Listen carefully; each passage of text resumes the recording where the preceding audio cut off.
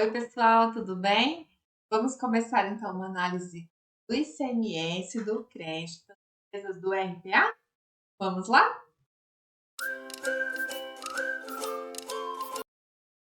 Pessoal, então eu quero dar uma dica de leitura. Decisão Normativa CAT 1 de 2001. É essencial para a gente falar sobre crédito de ICMS aqui no estado de São Paulo.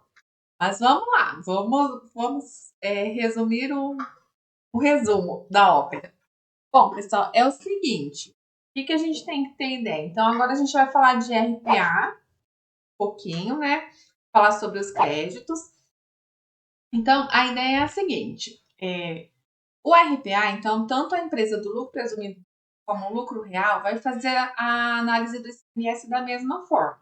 Então, primeiro eu preciso identificar se é indústria ou se essa empresa é um comércio, para poder fazer, ou se essa empresa é atacadista. Então, assim, tem legislação para todo mundo, né? Mas a ideia é que depois vocês leem a decisão normativa CAD, mas ela explica o que é insumo, o que o Estado entende como insumo, e tem bastante dúvidas nessa questão, então tem bastante resposta à consulta. Mas vamos pensar numa indústria. O que é insumo para a indústria? Matéria-prima, né? Vamos resumidão. Só que assim, aí também tem, ó, nessa linha de matéria-prima, tem algumas questões que a gente fica na dúvida. Será que é matéria-prima mesmo? Então a gente vai para aquela questão da essencialidade, a gente vai analisar o processo produtivo para identificar se esse produto é essencial, se esse produto é relevante. E aí a gente vai ler, ó, aqui, ó, dá pra gente ver, ó, lixa, disco de corte, disco de lixa. Tem até um pincel, onde que eu vi esse pincel? Tintas, giz, pincel atômico, lápis para marcação de embalagem. Então, assim, é uma análise bem crítica que tem que ser feita por todo produto. Então, assim, indústria, a gente tem que conhecer o processo produtivo, tem que conhecer o que usa do início ao fim do processo para a gente conseguir fazer uma análise legal do que é insumo para eles. Porque a matéria-prima básica que vai lá no produto, essa daí, ok, né? Essa ninguém tem dúvida. Agora, a dúvida é desse, esse produtinho aqui, eu uso, mas não uso diretamente. Eu uso mais isso, mais aquilo. E assim, e tem produtos que eu uso lá na indústria, mas eu uso no escritório também, sabe? Então tem que fazer uma análise bem criteriosa e realmente tem muitos produtos que nos deixam realmente com uma certa dúvida. Mas em tudo que a gente tem dúvida, a gente é pró-fisco. Desculpa, cliente, mas a gente é pró-fisco, né? A gente não pode correr o risco de creditar de uma nota fiscal, de um produto específico, sendo que há alguma possibilidade de haver divergências, de não haver conformidades, né? E a indústria também ela tem, né, no seu processo produtivo todo o manual do que vai, de como que funciona, né? Então não é tão complicado assim. Na revenda é mais tranquilo, né? A mercadoria, ó, objeto do seu comércio. Aí tem o ativo permanente, que a gente vai falar, que é o CIAP, que é trabalhoso. Não é fácil o CIAP, gente, mas pra gente ter uma ideia do que é. Quando a gente compra vou falar uma máquina, né? Um ativo permanente, vamos pensar na indústria. Uma máquina para a indústria. Então, se eu estou comprando uma máquina para a indústria, ela faz parte do processo produtivo, né? Mas ela é uma máquina, então eu vou mobilizar. Só que isso me dá direito ao crédito porque ela está lá no processo, ela faz parte do processo produtivo. Esse crédito de CMS deve ser feito em até 48 vezes. Então, esse CMS e dividiria em 48 vezes e faria um crédito proporcional a cada mês. Para isso, ela tem que emitir uma nota. Se essa empresa tem mercadorias isentas, elas têm que fazer uma proporção. Gente, pensa no trabalho. Então, eu gostaria que vocês dessem uma olhada para a gente conversando sobre essa decisão, sobre o que é insumo, sobre o que não é. Mas a ideia é essa. Então, quando é revenda, é bem mais fácil. porque aquela mercadoria foi comprada para revenda. Então, ela é simples, né? Mas aí tem a questão, assim, tem bastante divergência entre o que para a indústria poderia ser considerado insumo como material de embalagem, que a gente vai conversar, para o comércio não, sabe?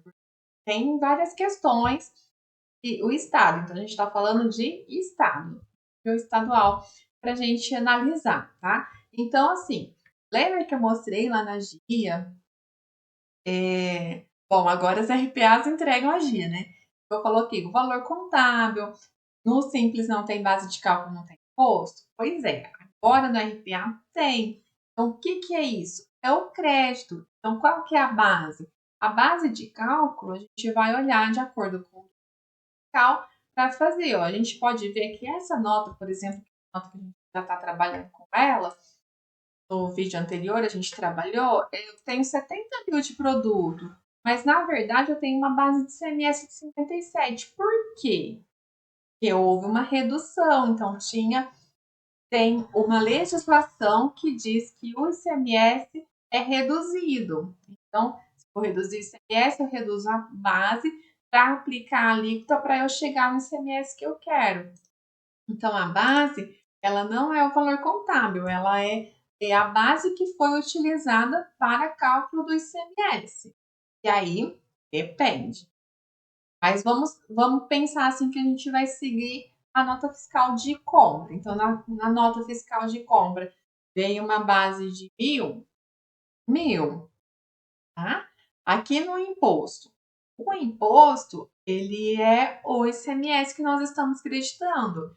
Então, a gente vai acreditar o valor que tiver destacado em documento fiscal, regra geral, tá? Aí, lógico que há suas exceções. Mas, regra geral, seria isso.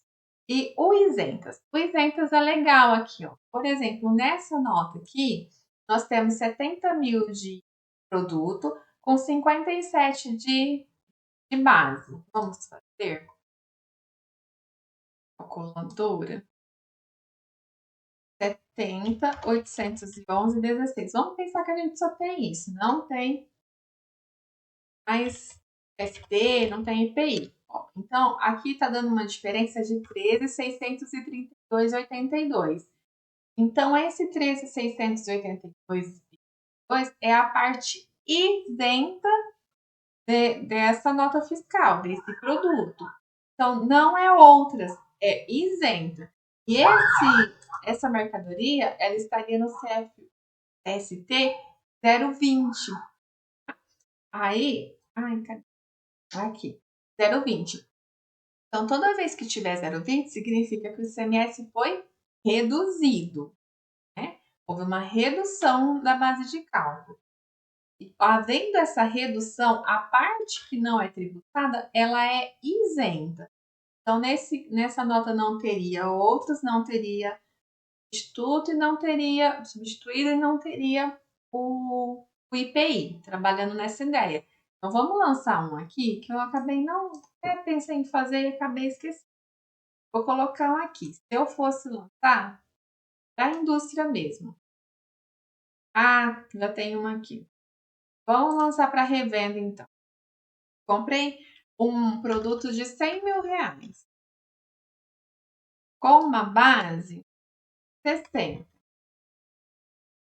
Aí vou colocar um imposto qualquer. Vamos supor que deu esse. Ok. Então, se eu tenho 100 de valor contábil e 60 de base, qual que é a minha diferença? 40. Quando eu tenho a redução da base de cálculo, fica aqui no ICMS, no isentas e não tributada. Então, sempre tem que bater. Do mesmo jeito que eu expliquei nos outros vídeos, que estaria aqui em outras, que eu tenho que abater o substituído. Aqui eu estou abatendo, vamos entender que tudo é zero, né? Agora vamos pensar que esse mesmo produto ele tenha IPI. Então ele veio com 100 de valor contábil. Vamos permanecer com 100 de valor contábil, mas ele tem um IPI de 350. Então como que fica? Eu tenho que fazer a diferença. Tá? Vamos pegar aqui, fazer aqui ver. Tem valor contábil, tenho 60 de base e eu tenho 350 de IPI, 39.650. O ICMS creditado não abate? Nunca. Nunca bate. Tá? Então, ficaria dessa forma. Se eu der um gravar aqui, ó, sobe aqui para cima. Fica do jeito que a gente estava vendo os anteriores. Tá? Então, é essa a ideia para a gente começar a conversar sobre. Agora, vamos pegar esse mesmo aqui. Ó. Ele não é reduzido. Se ele não é reduzido, tem 100. Ele tem 100 de base. Então, ficaria assim. Se ele tem 100 de base e ele não é reduzido, qual que seria a CST? 000. O zero, pensando que ele é nacional, tá? E o 00, que significa que ele teve uma base integral. Então, não houve redução. E, bom, deixa eu ver o que dá para complementar mais aqui. Então, o isentas a gente vai usar no 40, no 41, no 30 e agora no 20. Então, no RPA, quando for 0,20, a gente vai a diferença aqui no isentas. Essa diferença não é tributada. Tá? Aqui a gente observa, olha, a gente tudo substituído e outros impostos. Então, como a gente está falando de entrada, a gente vai ser substituído. E os outros impostos que é o IPI. Bom? Bom, então vamos começar dessa forma. Até a próxima!